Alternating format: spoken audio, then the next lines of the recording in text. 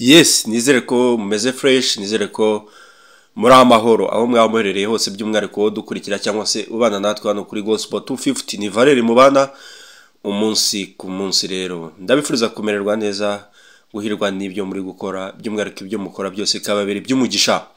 Reka ntangira mbasuhuza by'umwihariko abari muri gihugu cy'u Rwanda cyangwa se abo turi kumwe hano mu gihugu cyacu cy'u Rwanda, by'umwihariko intara uko ari enye ndetse n'umujyi wa Kigali. Mwese rero nizere ko meze fresh, amajyaruguru, amajyepfo, uburengerazuba n'iburasira bwaryo. Rero nizere ko meze fresh muri rusange, uko natangiye mbifuriza kuba mwamera fresh sana. Ubwo sinakirengiza cyangwa se ngo nibagirwe intara gatandatu. Intara gatandatu n'abanyarwanda batuye hanze y'igihugu cyacu, by'umwihariko ahariho hose baba bari. Si ukuvuga ngo ni muri East Africa gusa, ibihugu bya hafi, n'abari muri Afrika yose muri rusange, ari Afrika y'amajyepfo, muri Afrika y'uburengerazuba, iburasirazuba, aho duherereye natwe ubu no mu majyaruguru. Mwese rero nzere komeze fresh no hakurya y'amazi, ubwo ni muri Amerika ndetse no muri cyangwa se muri Europe, mu Burayi, Canada, ariho hose mwa muri no muri Aziya ye. Nizere ko mwese mumeze neza muri rusange. Icyambere nuko mwamererwa fresh, ubuzima bugakomeza kubaryohana. Rero ini Gospel 250 tugaruka ku makuru agiye atandukanye. Rero tukagaruka cyane kubivugwa kuri gospel, ariko ku mbuga nkoranyambaga tukagira ubusesenguzi runaka tukabivugaho, ariko tukagira ibyo tunenga. Akenshi dukunda kunenga by'umwihariko abantu bamwe bakoresha social media mu buryo bwo kugira ngo batwike, babeshya cyangwa se bitwaje ijambo ry'Imana cyangwa se bitwaje abakozi baryo. Tukomeza kubibona kuri izi mbuga rero zigiye zitandukanye, by'umwihariko social media. Rero uyu munsi ngarutse cyangwa se nje kunenga cyangwa se nje kuvuga muri bimwe twiyeze kuvuga shize igihe kinini cyane nigeze kubivugaho. Izi social media sometimes tuzikoresha mu buryo bumwe, ariko tukirengagiza yuko ko turi kwitwaza izina ry'Imana, ariko tunaritukisha mu buryo bumwe cyangwa ubundi.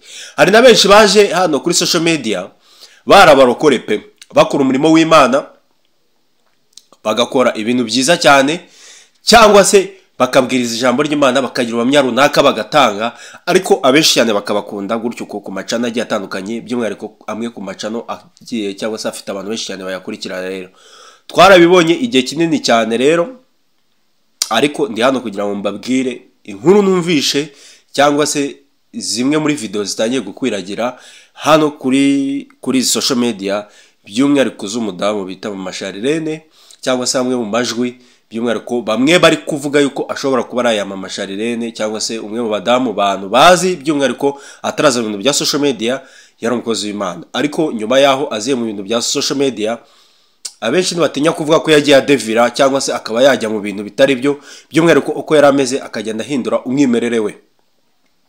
Ni amajwi y'urukozasoni, ariko bivugwa yuko ashobora kuba yabaraye. Nakomeje kubona kuri social media rero bagenda benshi babigarukaho rero cyangwa se babimuvugaho, ariko by'umwihariko njye nkibyumva cyangwa se nkimara kumva uko iyo video imeze cyangwa se nayo majwi byose mbikurikira, nikanze cyane. Ndavuga nti birabe atari uyu mudamu Mama Charlene, kuko uyu ni umudamu waje ku bintu bya social media cyangwa se aza mu bitangazamakuru bigiye bitandukanye, ariko by'umwihariko avuga ijambo ry'Imana cyangwa se aza tubwira iby'ijambo ry'Imana. Nyuma atangira wenda kugenda akora tuntu tumwe na tumwe wenda mu create ama content, ariko bamwe bakavuga yuko ashobora kuba ari gukora ibintu bitari byo bitewe n'ibyo twari tumuziho. Tuzi ko ari umwe mu barokore cyangwa se basenyeraga mu itorero rya ADEPR, agenda kuri umurimo w'Imana igihe kinini cyane. Rero ubwo yaziye ku macano cyangwa se atangira gutanga ibiganiro ku Isimbi TV ndetse n'ayandi macano, yagiye rero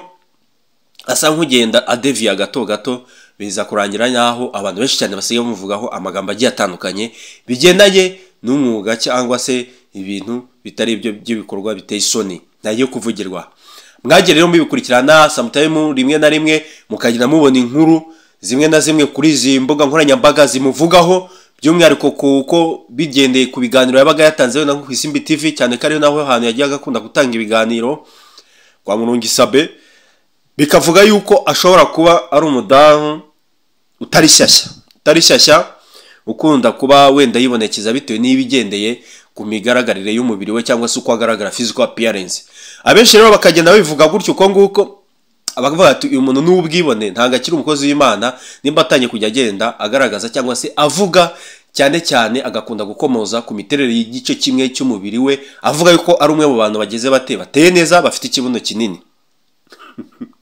Murabizi rero hano kuri social media cyangwa se ku bigenda bivugwa cyangwa se mu buzima bwa buri munsi, abakobwa bari mu bantu cyangwa se igitsina gore bari mu bantu bishimira kuba cyane bagera munsi y'umugongo hanini cyangwa se ikibuno kinini.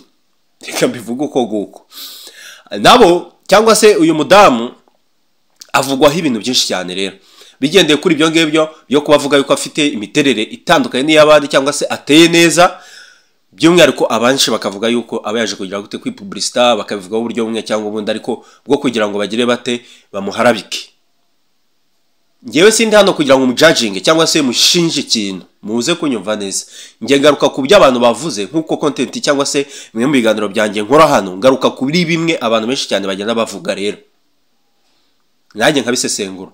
Ariko uyu mudamu ntibyatinze kabiri atangira tujya tukumva ngo amahoteli cyangwa se apartments yiwe, ariko by'umwihariko akazana wakabivugira akavuga yuko hari nk'ibigabo cyangwa se ikigabo bahuye. Ni story ndende ndizera neza abantu bakurikiye Gospel 250 cyangwa se bagiye bamubona hano kuri izi mbuga nkoranyambaga, by'umwihariko biganiro ku Isimbi TV. Ni umwe mu bantu yigeze kuvuga yuko umwe mu bagabo bagerageje cyangwa se abenshi bamukurikirana kuri izi mbuga cyangwa se bamubona mu biganiro bitandukanye hano bamwifuza, by'umwihariko b'abagabo bakaba bamushegera bamuhereza amafaranga. Ngo hari abagiye bamuhereza amadolari 100 bifuza ko wenda baryamana nawe. Niwe wagenda kubyivugira. Ngiye ntango ndi hano kugira ngo shinje umuntu ikintu, kuko fact ziba zihari.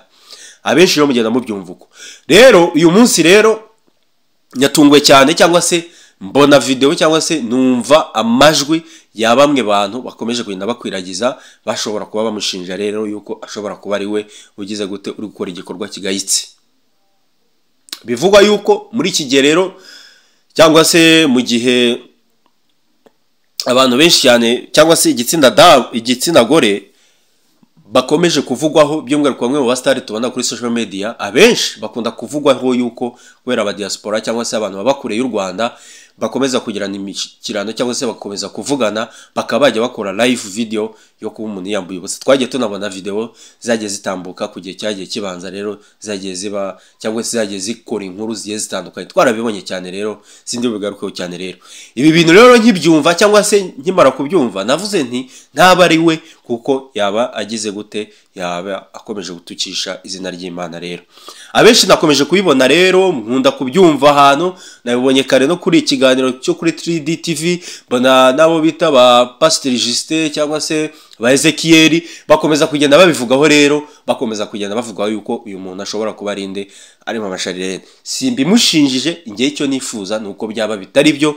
kuko uyu murimo w'Imana cyangwa se kuri izi social media twaba dukomeje kugenda dusebya izina ry'Imana mu buryo bumwe cyangwa ubundi.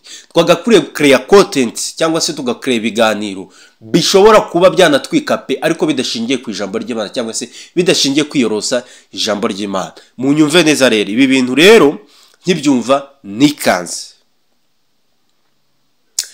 birabe atari byo, kuko twese twaba tugize gute, twaba dusebye, nanga ibintu byaba ari byo. Rero ndakangurira rero gukora subscribe, kudushyigikira, tukajya tubana mu biganiro byacu bigiye bitandukanye, by'umwihariko dukurikira gatanu ku kane hano kuri Gospel 250. Rero murakoze, ibindi Uwiteka agire gute aduhe cyangwa se aduhane umugisha twese muri rusange.